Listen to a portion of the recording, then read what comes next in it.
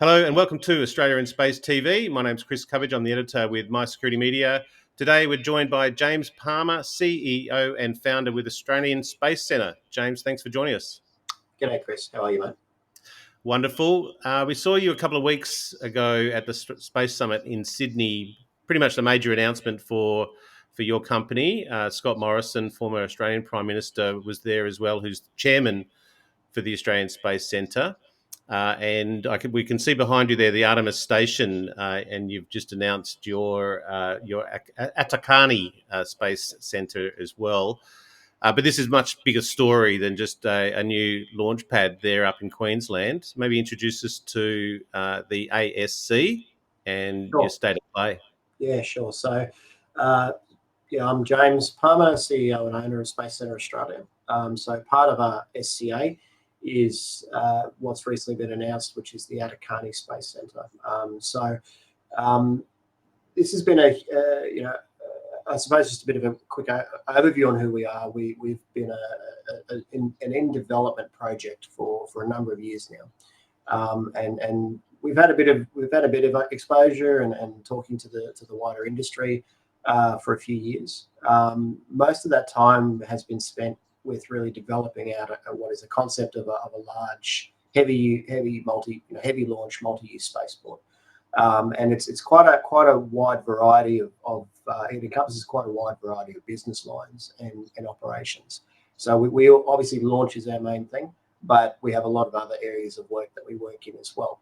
Over the last 6 years since I've owned and had Space Centre Australia operating, we've expanded into the United States, we've expanded into the UK, and that's really with the aim to help develop us out into the global space sector. And also to help foster additional launch opportunities to eventually one day bring them to Australia. So all of that work, and that's all. A lot of that work's also included community and Indigenous consultation in Cape York, and not just in the Weipa region, but from Arakoon all the way up to the Torres Strait, and then on the eastern side over to Cooktown and down to Cairns. I live in Cairns. So I travel around the tip quite a lot. And a lot of that was to do with community consultation and working with all different aspects and dynamics of community across the board to really look at the validity of a large-scale spaceport. We know that back in the 1980s, Sir Joe had a crack at this with the state government, and that sort of went well, sort of didn't as well, and there's been a few other attempts since then as well. Up until this point anyway, where we know that historically we've taken it the furthest in Queensland, that is anyway. And recently, most recently, and this was obviously the basis of one of our big announcements over the 2 days of the Space Summit in Sydney, was the official unveiling and naming of Atakani Space Centre. And so what that is an agreement with the traditional owner families that are in that area for a 300 square kilometre plot of land, and that's on a 70-year lease.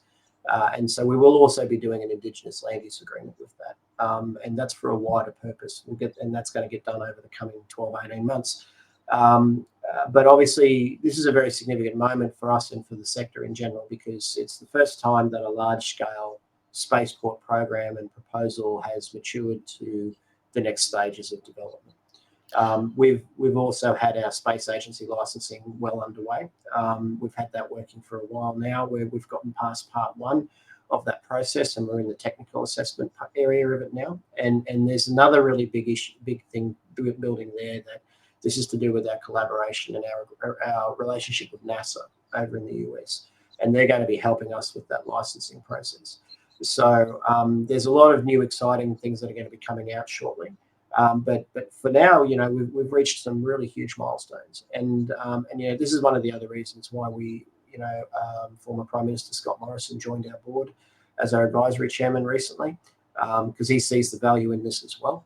And obviously he holds space very close to his heart, given his time as Prime Minister and what he did with starting the commercialisation of the sector and the space agency and AUKUS as well.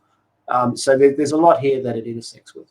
But for us, it's a really exciting time where we're really looking forward to what's going to be coming up especially in the next 6 months.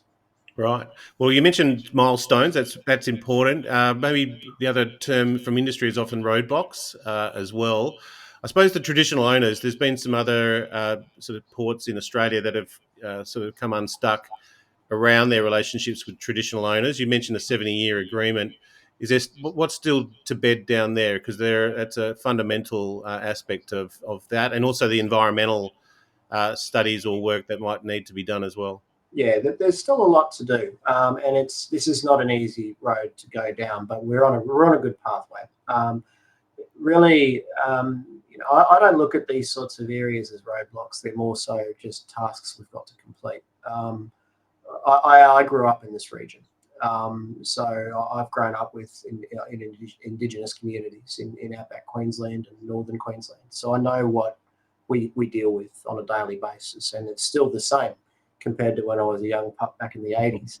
So and I don't see these as roadblocks, just to be clear. But what we have to do, like being very respectful to traditional owners and elders and families, especially, it's very family orientated. You've got to be really adopted into the family to get anywhere with what you want to do, and you often find they've all got competing priorities, but they're kind of the same, but they're just never in alignment. But really, what we're doing next is working through all of that. We've already started a lot of the environmental work. But what we need to do now is get out on country, get out and start actually baselining all of that information. So flora, fauna, there's a wealth of archaeological and cultural heritage survey work we need to do, knowing where sacred sites are. And that's probably going to have some impact on where we place things, and probably will have to move certain things around, whether it's launch pads or buildings or roads. Geotechnical analysis, digital elevation mapping, and there's a whole bunch of things there that we're going to be kicking off in the coming months up on site, and that'll mean people camping out on site as well. So there's a huge body of work there that we've got to get through, and that leads us into the usual processes with state government and federal government, EADA, EIS, Coordinator General, all those sorts of processes, which we've got quite nicely mapped out. And there's been a huge amount of engagement over the last 6 years, especially, to make sure that people understand what we are, what this is about, and what the future is going to look like. Because it is a new sector. And what we're doing especially is very much first of class. And so it's a learning journey for a lot of agencies and a lot of groups. And so we've deliberately set ourselves up to be able to have ultimate flexibility to be able to deal with that. And also, it involves enlisting help from, like I mentioned earlier, NASA and international agencies as well. Well, that's a good segue. My next question was going to be based on the Virginia Spaceport framework, because you're not alone there, and I think that will then lead us into the advantages that North Queensland has in terms of the orbits that it can reach as well. But yeah, maybe talk us to the relationship with the Virginia Spaceports. Yeah, well, we met Virginia Spaceport a little while back. And there's a lot of business synergies there between us on a number of different sort of projects, whether it's Carmen Line or all the work we're doing with NASA, coincidentally. But really, I think where our relationship really grew and strengthened was the notion of building effectively an international operating model. So, very similar in concept, although technically very different, but very similar in concept to how ICAO works with international airport coordination. And air safety, especially airspace safety management. We're taking that and seeing how we can apply that in the spaceport context. And because there's a lot of spaceports being built, there's a lot of proposed ones, there's a lot of conceptual ones, and that's great. It's good to see that kind of infrastructure being invested in, because traditionally, with the way the space industry has gone, everyone wants to build satellites and rockets, but there's just not enough places to launch them from. Mm-hmm. And also the way at the moment geopolitically things are looking, it's even more difficult to achieve that now, especially if you want to maintain compliance with NTCR and ITAR and all those internet and TSA and all those sorts of conventions.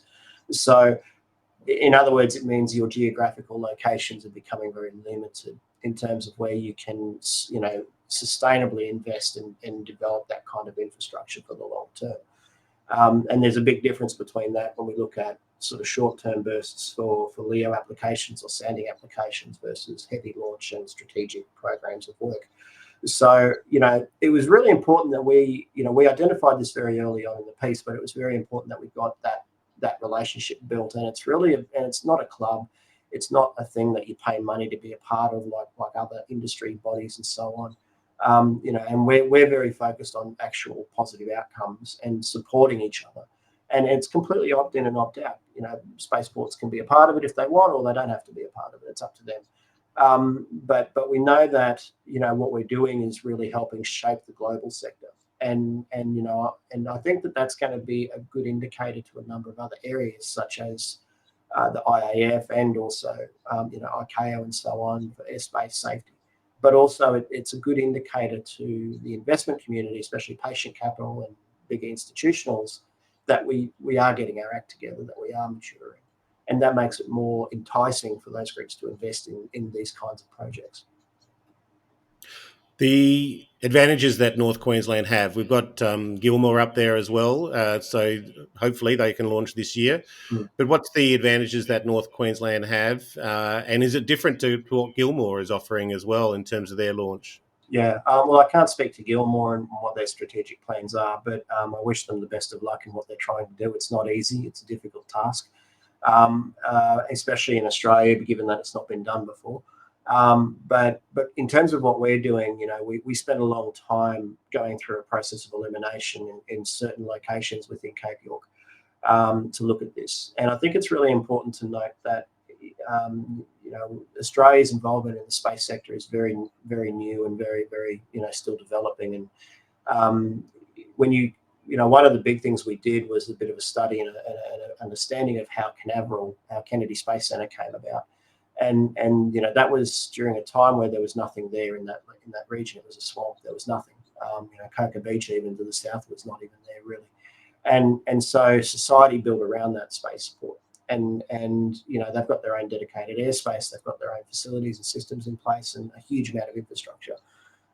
That's the same with there's a lessons learned book there, and you can't just simply apply that based on a whim or a best guess in a country like Australia, because Australia's not looked at this industry for decades up until recently. So we have to actually integrate with what's there and not compete with it.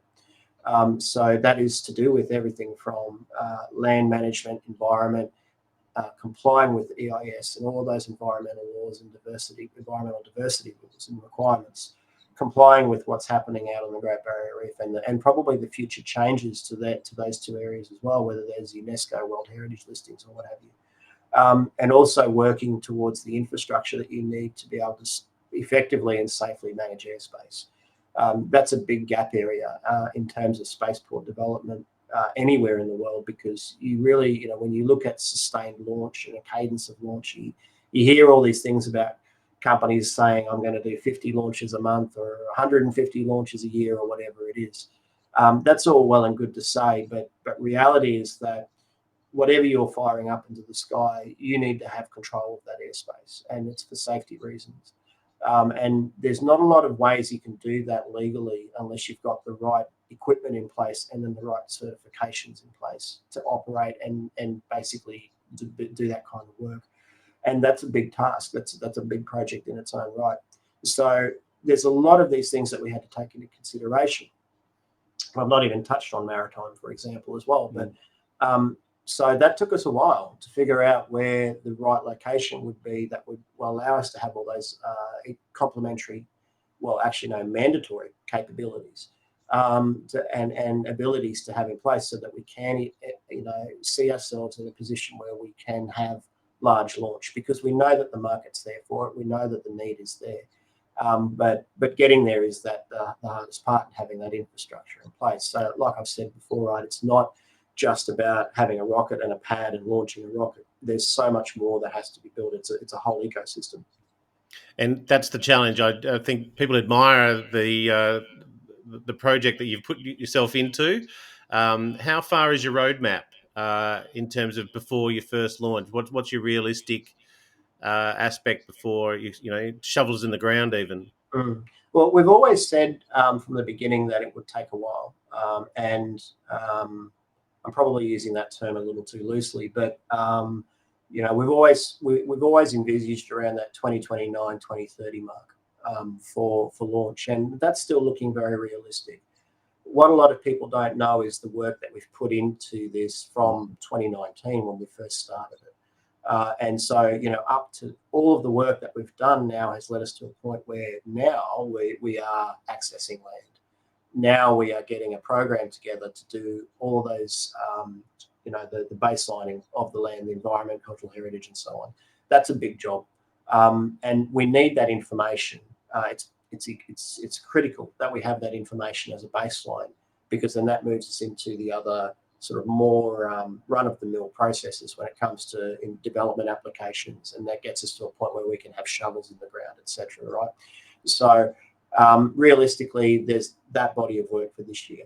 And then that gets us into next year, where we will be looking more seriously at utilities and roads and getting access sorted out to the site. We can get there now, it's not a problem, but we need to make that safer and better. And also that impacts on a few of the other community aspects for the region in terms of the Peninsula Development Road and how you manage getting to and from the turnoffs to the site, because we are a little bit away from Weipa inland.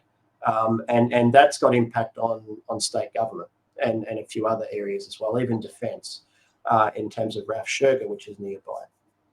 So there's a lot of those aspects that we want to work on going into next year to make the actual bricks and mortar work more sustainable. So we've got a very well defined out and sort of articulated master plan on this, and that takes us right into the 2040s of development. So for us, we're very confident we'll see ourselves in a position for a lot of more sort of serious civil works and utilities works. That's and that even includes power, running power lines to the site going into next year, and that also coincides with our capital raising and our financing as well. So you need money to do this. Everyone in the industry has beaten the drum to death about the fact that government's not very supportive financially of the industry. That goes without saying nowadays. It's just an expectation, unfortunately. So we've got to think broadly and think differently about how we do this. And we've done that in a number of areas in terms of creating our own sort of self-resilience and creating our own sort of self-sustainability in the financial sense. So that all coincides with capital raising that we're doing, and we're running.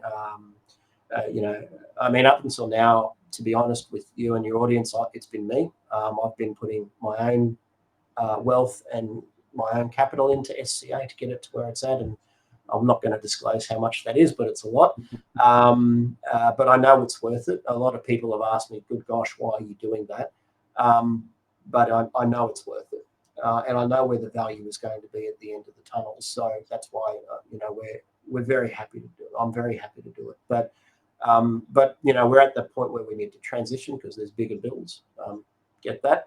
So we're doing a little bit of a pre-series A at the moment, and that's all looking very positive. It's moving very well, and then we've got already doing the A series, and that's going into next year, and that's stuff that we're doing out of the United States. So hence why we've got the US company built there, and obviously that's an area that Scott and myself have been working very hard on, and our CFO as well, and that's looking good. That's all moving at a really good. It's where it should be. So, we're very much in a position now where we can be at market, and everything's prepared and done, and that's happening. And we're very happy and comfortable with where we will be going into the Series A at the end of the year.